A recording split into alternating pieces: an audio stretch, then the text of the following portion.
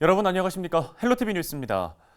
하루 신규 확진자 수가 다시 7천 명대로 올라서면서 코로나19의 재확산 조짐이 뚜렷해 보입니다.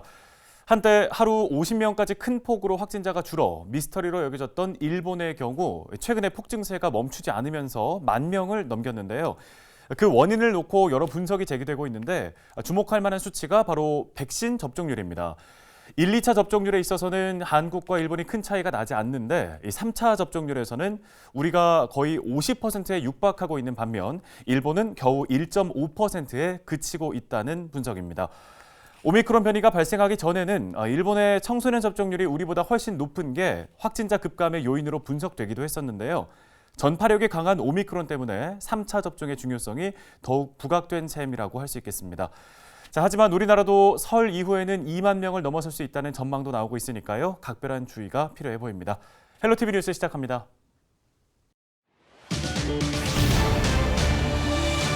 경기도의 코로나19 신규 확진자가 2,442명 발생해 역대 두 번째 하루 확진자를 기록하며 5일 연속 2,000명대 확진자가 발생했습니다. 지난 22일 오후 3시쯤 경기도 포천시에 있는 베어스타운 스키장에서 리프트가 역주행하는 사고가 있었습니다. 포천시는 사고 발생 원인을 감속기 기계 고장으로 추정하고 정확한 사고 원인을 조사하고 있습니다. 더불어민주당 이재명 대선 후보가 GTX 노선을 신규로 추가해 수도권을 30분대 생활권으로 만들겠다는 공약을 발표했습니다.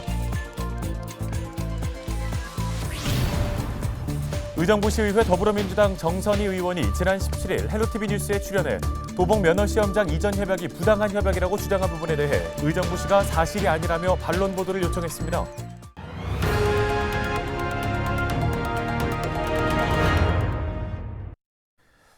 먼저 코로나19 소식입니다. 경기도의 코로나19 신규 확진자가 2,442명 발생해 역대 두 번째 하루 확진자를 기록하면서 5일 연속으로 2,000명대 확진자가 발생했습니다. 시군별로는 용인시가 271명으로 가장 많았고 의정부 44명, 포천 30명, 양주 28명, 동두천 23명, 연천 15명 등입니다. 도내 의료기관 병상 가동률은 36.4%로 전날보다 0.9%포인트 올랐으며 중증 환자 병상 가동률은 18.5%로 전날과 비슷한 수준을 보였습니다. 생활치료센터 11곳의 가동률은 77.9%이며 11,360명이 재택치료를 하고 있습니다. 지난 22일 오후 3시쯤 경기도 포천시에 있는 베어스타운 스키장에서 리프트가 역주행하는 사고가 있었습니다. 이 사고로 7살 아이가 타박상을 입고 병원에서 치료를 받고 있습니다. 또 역주행하던 리프트가 멈춰서면서 타고 있던 100여 명이 2시간 동안 강추위 속에 고립됐다가 구조됐습니다. 구조는 2시간여 만인 오후 5시 13분쯤에 완료됐고 포천시는 사고 발생 원인을 감속기 기계 고장으로 추정하고 있습니다. 정확한 사고 경위는 파악하는 중입니다. 지난 21일 오후 7시 25분쯤 포천시 가산면의 한 메추리 농장에서 화재가 발생했습니다. 불은 3시간 후인 오후 10시 20분쯤 꺼졌는데요. 이 불로 총 500제곱미터 규모의 산란동과 창고 중 300제곱미터가 불에 탔고 매출이 약 10만 마리가 폐사하면서 약 1억 4천여만 원의 재산 피해가 발생했습니다. 경찰과 소방당국은 정확한 화재 원인을 조사하고 있습니다. 다음은 한 주간의 경기도 소식을 정리해드리는 주간 경기도 시간입니다. 코로나19 장기화에 대응하기 위해서는 빅데이터 기반의 정책이 필요하다는 연구 결과가 나왔습니다. 또 한편 이번 설 연휴 경기도민의 75%는 고향을 방문하지 않거나 취소한 것으로 조사됐습니다. 주간 경기도 김호 기자입니다. 경기연구원이 코로나19 장기화에 대응하기 위해서는 유동인구 빅데이터를 활용해야 한다는 보고서를 발간했습니다. 보고서에는 코로나19 확진자의 7, 80%가 수도권에 집중되고 있는데 이는 높은 인구 밀집도와 지역 간 이동 빈도 때문이라고 밝혔습니다. 이에 따라 정부는 비수도권보다 수도권에 더 강한 사회적 거리두기 조치를 시행해 왔다고 덧붙였습니다. 하지만 사회적 거리두기로 경제적 손실을 입은 소상공인들의 고통이 가중되고 있다며 빅데이터를 기반으로 한 정확하고 신뢰성 높은 대응 정책이 필요하다고 주장했습니다. 경기연구원은 코로나19 위기로 일상생활에서 다양한 근무 형태와 이동 패턴의 실험이 이뤄졌고 이는 빅데이터로 남았다며 이에 대한 면밀한 분석을 통해 앞으로 대응책을 마련해야 한다고 말했습니다. 경기도민 75%가 이번 설 연휴 기간 고향을 방문할 계획이 없거나 취소할 예정이라고 밝혔습니다. 경기도가 지난 15일 도민 1000명을 대상으로 실시한 여론조사를 보면 53%가 설 연휴 기간 고향 방문 계획이 없다고 답했으며 22%는 취소했거나 취소할 예정이라고 응답했습니다. 계획이 있다고 답한 도민은 25%에 불과했습니다. 또 가족이나 친지 등 사적 모임 계획이 있느냐는 질문에는 68%가 취소했거나 계획이 없었다고 답했습니다. 더불어 다음 달 6일까지 적용되는 사회적 거리두기 조정안에 대해서는 도민 43%가 현 수준인 6명 완화면 충분하다고 답했습니다. 거리두기를 더 완화해야 한다는 33%, 더 강화해야 한다는 23%로 나타났습니다. 경기도가 올해 섬유 패션 산업 육성을 위해 62억 원을 투자합니다. 투자 분야는 수출 규제 대응과 마케팅 기반 마련, 수요 맞춤 첨단 소재 개발 및 현장 중심 기업 지원 등 3개 분야입니다. 친환경성 수출 규제 대응을 위해서는 섬유 기업 20개사를 대상으로 글로벌 친환경 인증 획득을 지원하고 산업용 섬유 육성 등 맞춤 첨단 소재 개발을 위해 신기술 확보에 나설 방침입니다. 또 16개사의 복합 재료 등 첨단 섬유 소재 개발과 시장 분석을 포함한 최신 산업 정보를 제공할 계획입니다. 경기도가 청정계곡 불법 근절을 위해 하천계곡 지킴이 107명을 모집합니다. 모집 지역은 포천과 동두천, 연천 등 18개 시군이며 지역별 최소 2명에서 최대 12명까지 채용합니다. 모집 대상은 해당 지역에 주소를 둔 만 20세 이상 65세 미만 주민이며 야외 활동에 무리가 없어야 합니다. 근무 형태는 기간제 근로자로 오는 3월부터 10월까지 시급 11,141원을 받고 일하게 됩니다. 헬로티비 뉴스 김호입니다.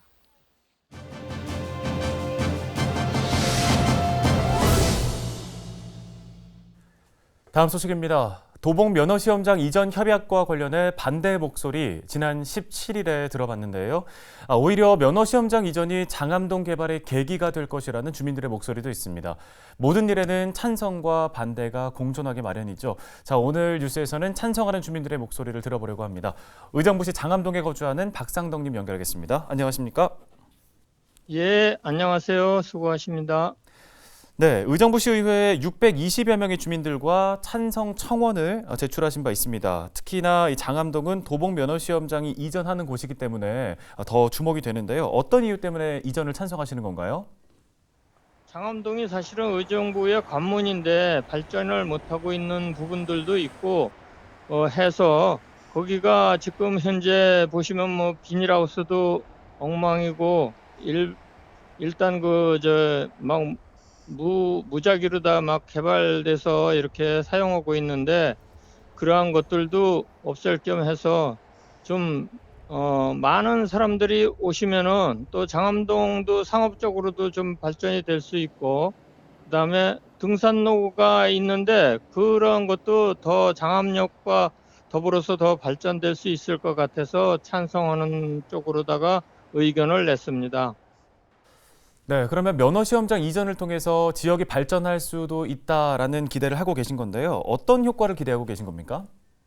면허시험장이라는 많은 인구가 이용하는 그 시설이 들어옴으로 해서 비록 자그마나마 주변에 상가나 이런 것들도 활성화되고 또 지역을 알리는 계기가 될 거라고 생각해서 찬성을 했습니다.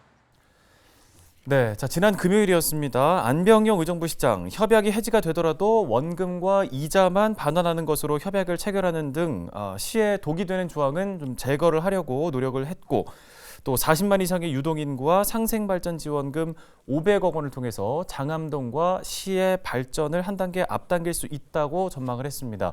이 발언에 대해서는 어떻게 생각하십니까? 시장님께서 발표하신 내용이 결코 이 의정부나 장암동에 독이 된다고는 생각지 않습니다. 네, 독이 되진 않을 것 같다는 평가를 해주셨는데 사실 반대하는 주민들도 꽤 많습니다. 이 부분은 어떻게 생각하시나요?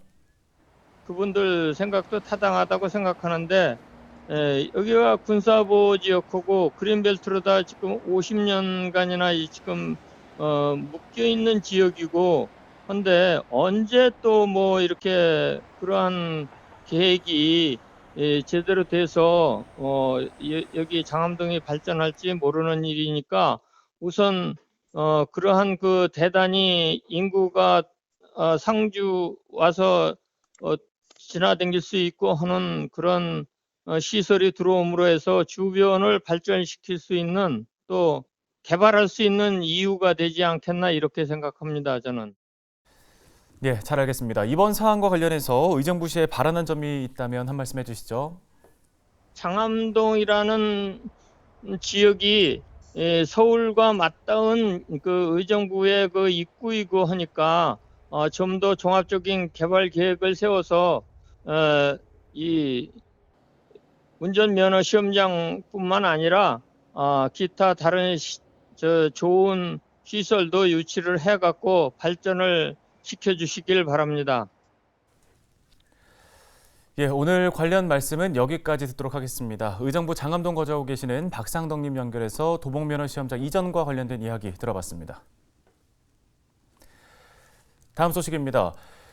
의정부시의회 더불어민주당 정선희 의원이 지난 17일 헬로티비 뉴스에 출연해 도봉면허시험장 이전 협약이 부당한 협약이라고 주장한 부분에 대해 의정부시가 사실이 아니라며 반론 보도를 요청해왔기에 전달해드리겠습니다.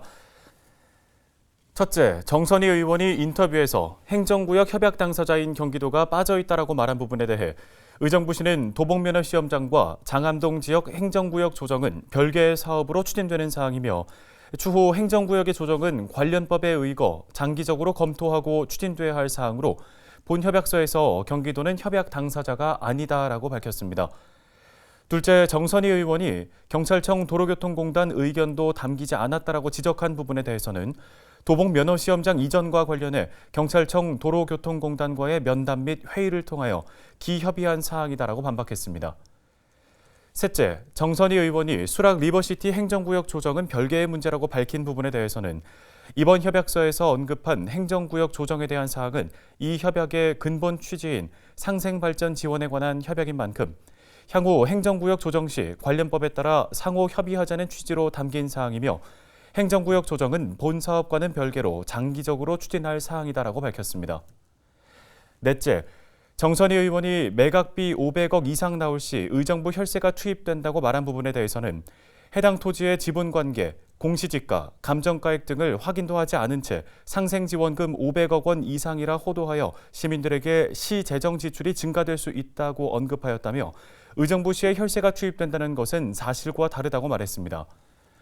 다섯째, 정선희 의원이 환승주차장 개발도 서울시와 협의해야 한다니라고 말한 부분에 대해서는 환승주차장 개발은 서울시와 협의를 해야 하는 것은 맞지만 그 본래의 기능은 장암 차량기지 및 지하철 7호선과 연계된 환승주차장으로서 그 주차장의 기능을 유지해달라는 취지이며 환승주차장 자발적 개발을 하는 것에 간섭하고자 하는 사항이 아니다라고 언급했습니다. 여섯째, 정선희 의원이 천재지면 없는 한 번복 불가 부당한 협약이라고 말한 부분에 대해서는 만약 후임 시장이 이 사업에 동의하지 않는다면 언제든지 파기할 수 있도록 후임자에게 부담이 될 수 있는 어떤 조항도 협약에 담지 않았다며 차후 정책의 변경, 시의회 및 시민들의 반대 등이 이 사업에 동의하지 않는다면 언제든지 파기할 수 있는 사항이고 의정부시에 독이 되는 조항은 빼려고 협약 문구는 꼼꼼히 살피고 여러 차례 협상 후 맺은 협약이다라고 강조했습니다.